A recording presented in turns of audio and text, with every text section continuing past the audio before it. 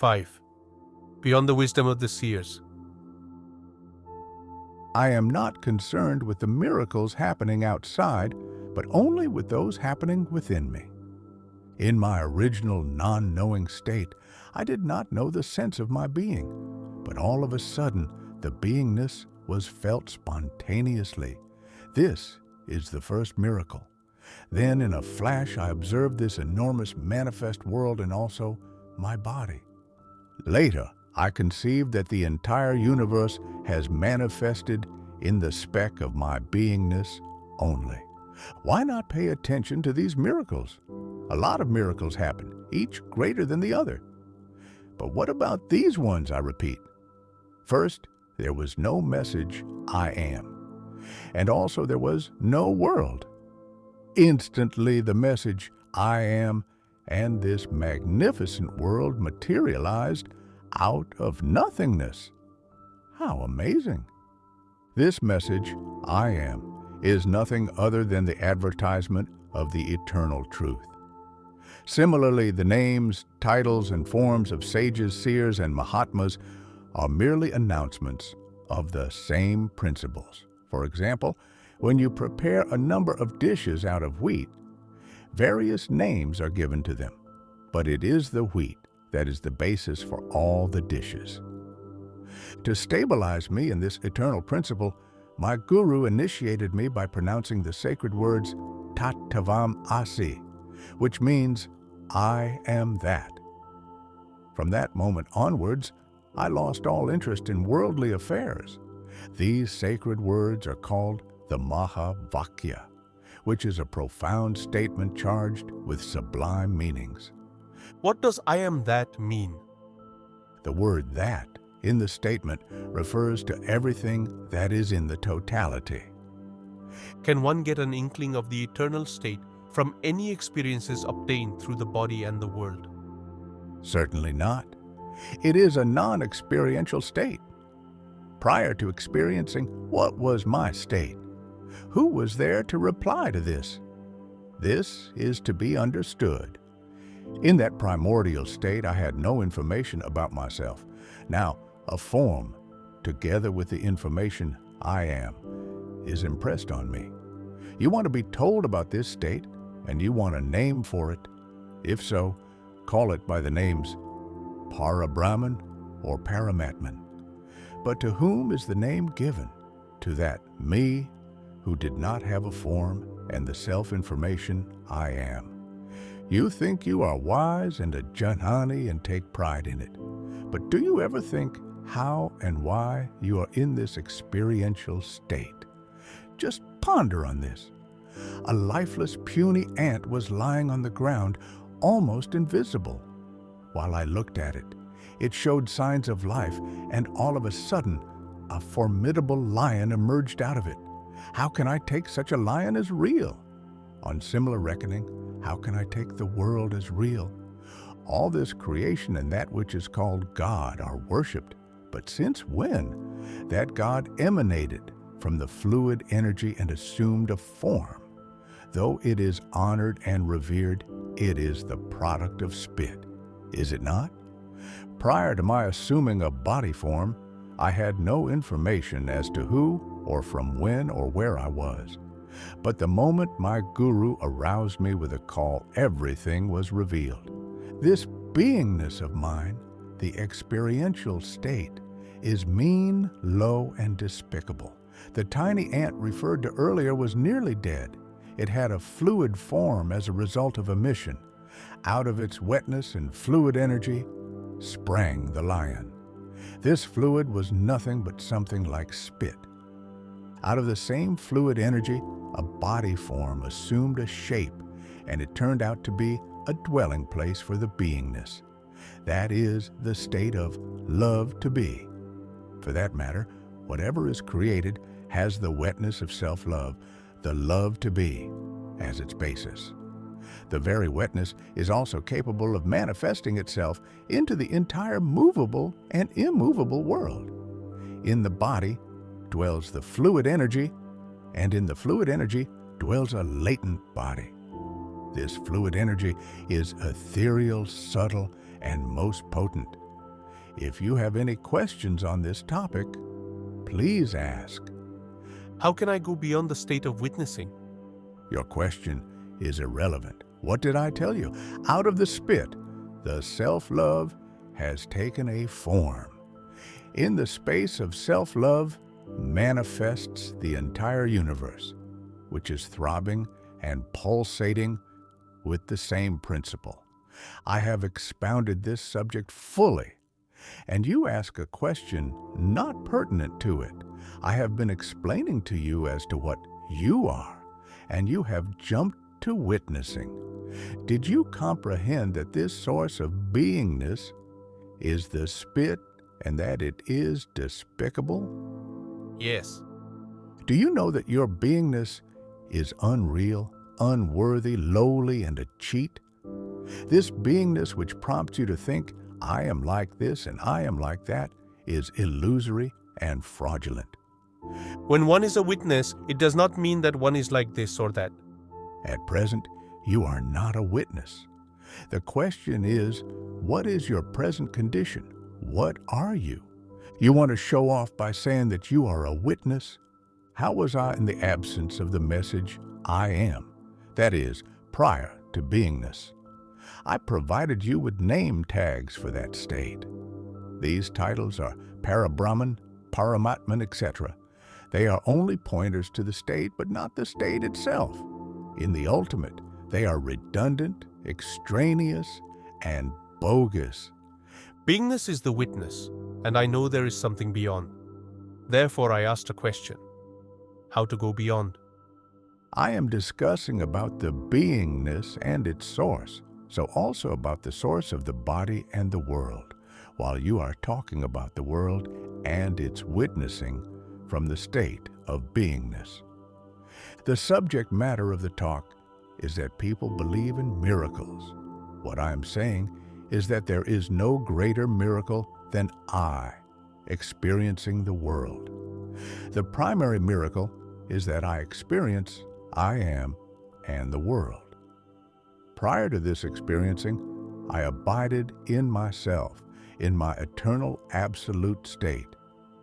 The titles mentioned earlier refer to this state. I have understood, but a little more explanation would be welcome. Still more explanations. Then, am I not justified in saying that your head is full of sawdust?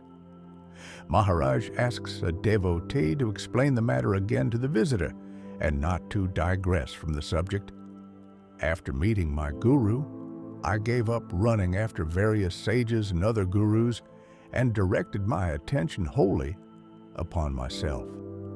Only if my beingness is there can the existence of sages and gurus arise.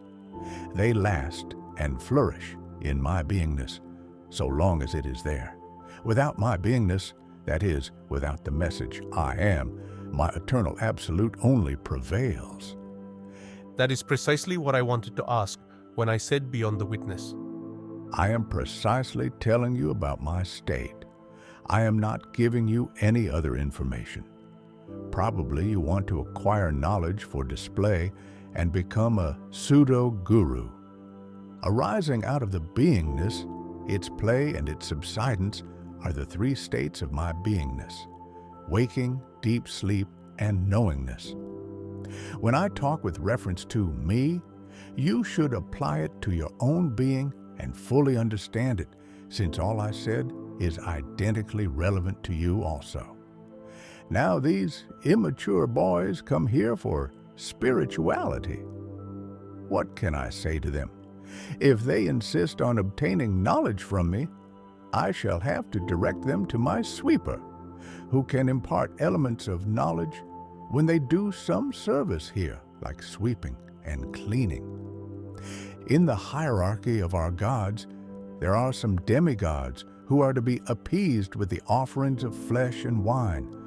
Such lower deities receive their spiritual powers after serving the higher deities as menial servants. Now suppose one of such deities is angered and wants to wreak vengeance on me. What can she do? At the most, she will crush me under her toes and wipe out this emblem of the three Gunas, which is my beingness. But who cares? Because I, the Absolute, ever remain untouched. To the visitor, have you come here to have knowledge or to become a guru?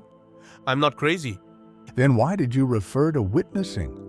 Prior to coming here, I was led up to the point of witnessing. Witnessing what? Everything that appears and disappears. For the purpose of witnessing, that fluid, the beingness, must be there. Yes. Then where is the question of witnessing? And witnessing what? I have indicated to you how the incarnations and births continue to emanate out of the spit, the fluid energy. Apart from that, what are you? Nothing. Therefore, how can I judge anyone as good or bad? I reserve my judgment only for the source of all, the beingness.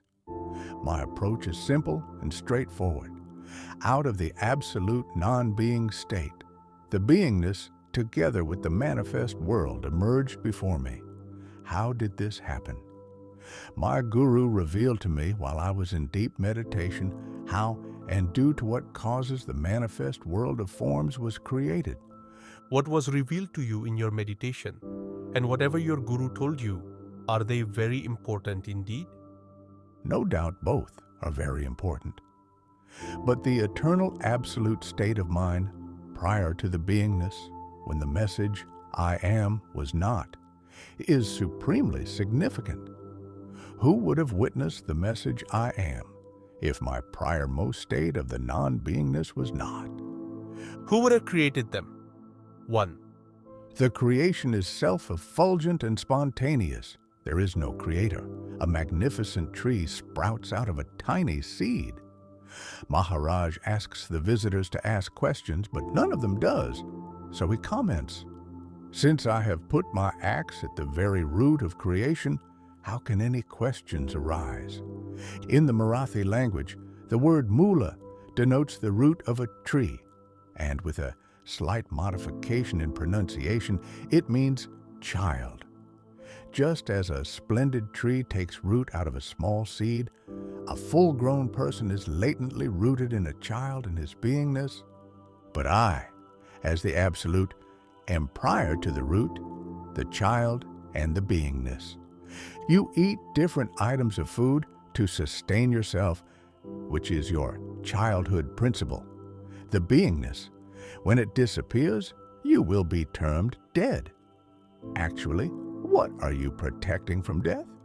It is the basic child beingness, the root. With the emergence of the child begins the first day of experiencing. Is the state prior to beingness experienced consciously by Maharaj? In that state, I alone prevail, without even the message, I am. There are no experiences at all. It is the non-experiential eternal How will I know state. that you know it from your direct experience and not from a book? I repeat, I alone do prevail in the state. Hence, there is no otherness. For any experience, otherness is necessary. How will I know that you know it from your direct experience and not from a book? I repeat, I alone do prevail in the state. Hence, there is no otherness. For any experience, otherness is necessary. But that is true for everybody. Some know it, some do not. Why should I bother about others? Who else is there? In that state of aloneness, I only exist. How is that state to be cognized? When the state of beingness is totally swallowed, whatever remains is that eternal I. Because that absolute I state felt alone. It occurred to it, I am lonely, let me be many, as referred to in the Chandogya Upanishad. This can occur at the threshold of beingness. But since my ultimate state is beyond the grasp of the Upanishads, I reject them. The Upanishads are the storehouse of knowledge, which, however, has emanated from the state of ignorance. The raw material used for presenting the teachings is ignorance only. All the three gunas are bound by and charged with emotions, but are not the truth.